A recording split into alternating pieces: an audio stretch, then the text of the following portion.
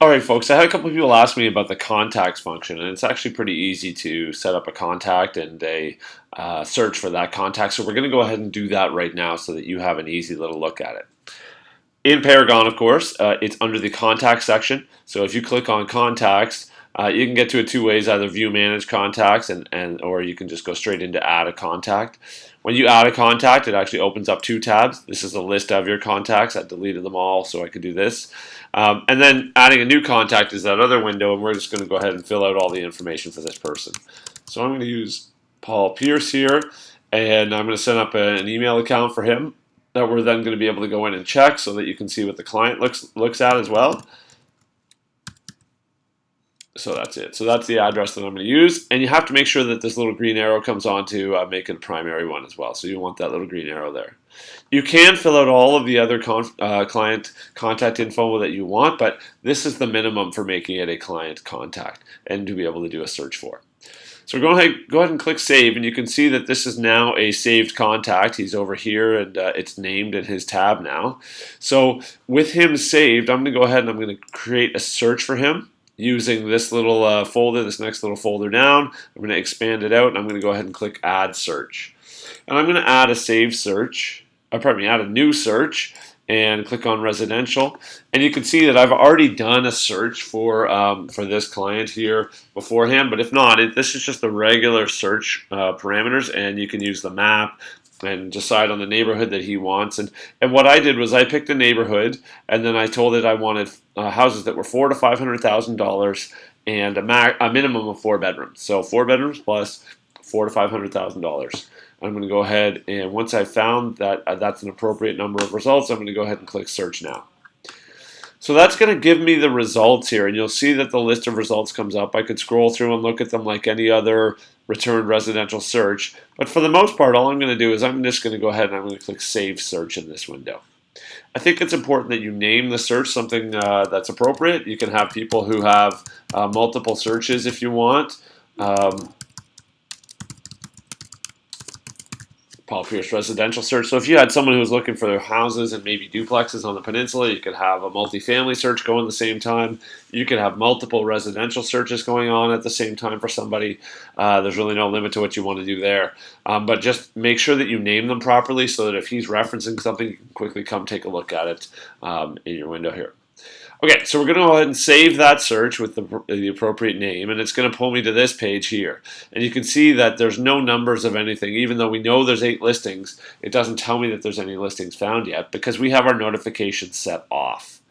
What we want to do is we want to go ahead and say we want to give him that Client Connect site with Auto Notify. So that means that he's going to get notified every time something happens on the Client Connect site. And he's going to have full access to be able to go in and out of that site. Okay, and you can see right away it shows me that there are eight results there, and these are clickable as well, so that you can see what the results look like if you want to. And then it also shows you down below here for that particular search, he's still undecided on 8 because he hasn't accessed the site yet. But we're going to go ahead and do that as well as if we're the client in a second, and we'll make some changes to this also. Okay. My suggestion is that you leave the client, send notification to the client on. You want him to know when something new happens. And you can actually go in and change some of those notification settings if you want. So it defaults to just letting him know when there's a price change, there's a new one that comes in, or a new comment. So as we comment back and forth, it'll let him know when there's a new comment for him to look at. But if you hit the little magnifying glass, you'll see there's other stuff that you can check as well. So if there's a status change, a change to the primary photo, largely open house. So a lot of people want to let clients know when there's an open house going on somewhere. You can add that in, and then that's going to notify him whenever there's an open house.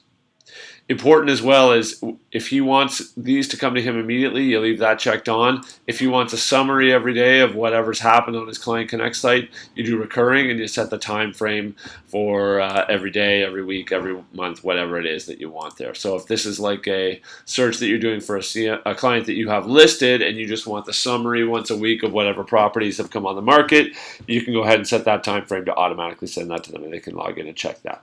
But in this case, because it's a buyer client that we're imagining we have here, we want it immediately. Last thing, you can set the agent notifications as well. So whether or not you're notified about when they receive a property or not. So you can turn that right off. You can have it go at the same time it goes to them, or you can have it go recurring, the summary once a day, once a week, whatever you want of what properties you've sent out to the client. Okay. Once you have all those things decided on, you're going to go ahead and click OK. And you're going to roll down because you're not done yet. You can take a little preview of what his site is going to look like. So this is the Client Connect site that the actual client is going to see. And you can see that there's 6 of the 8 listings on page 1 here. You can see the primary photo for each. You can see them on the map. All that stuff is good. Okay. There's 3 tabs for him to look at as well. There's a contact sheet so he can make direct contact with you. And then there's also a home tab as well where it describes a little bit about what Client Connect is.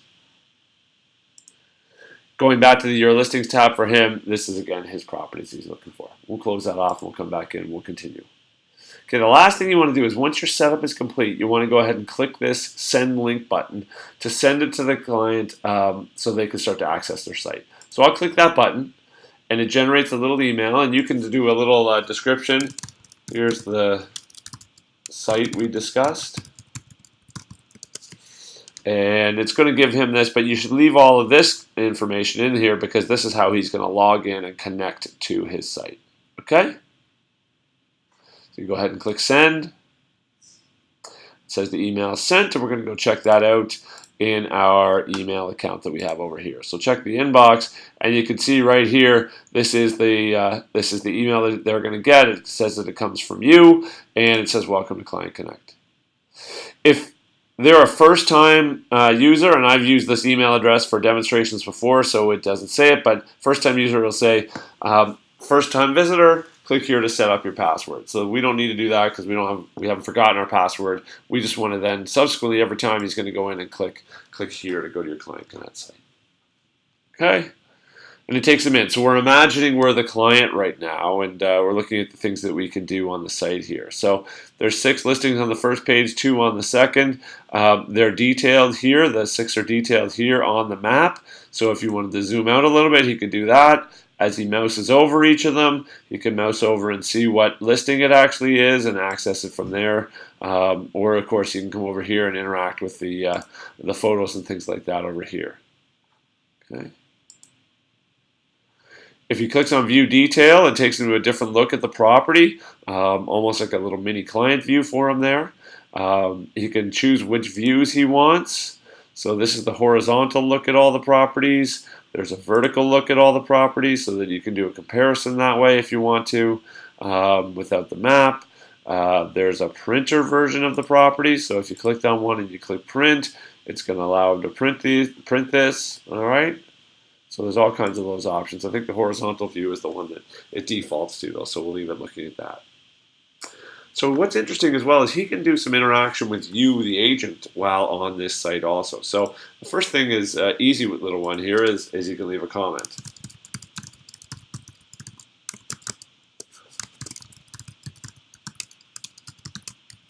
Okay, so he just sends that comment.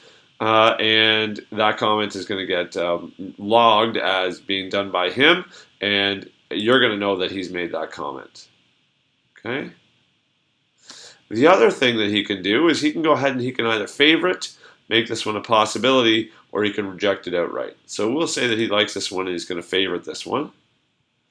So it logs that as one of his favorites. This is maybe a possibility.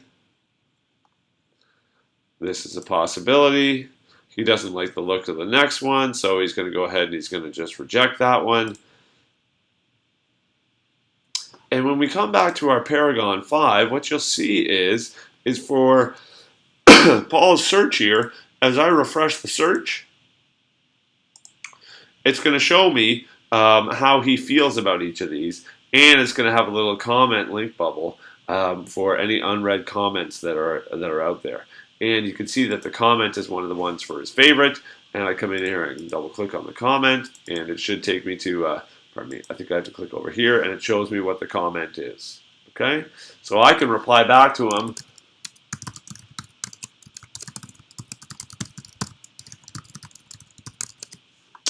And he's going to then get a further notification that I've commented back to him. Okay? So close that off.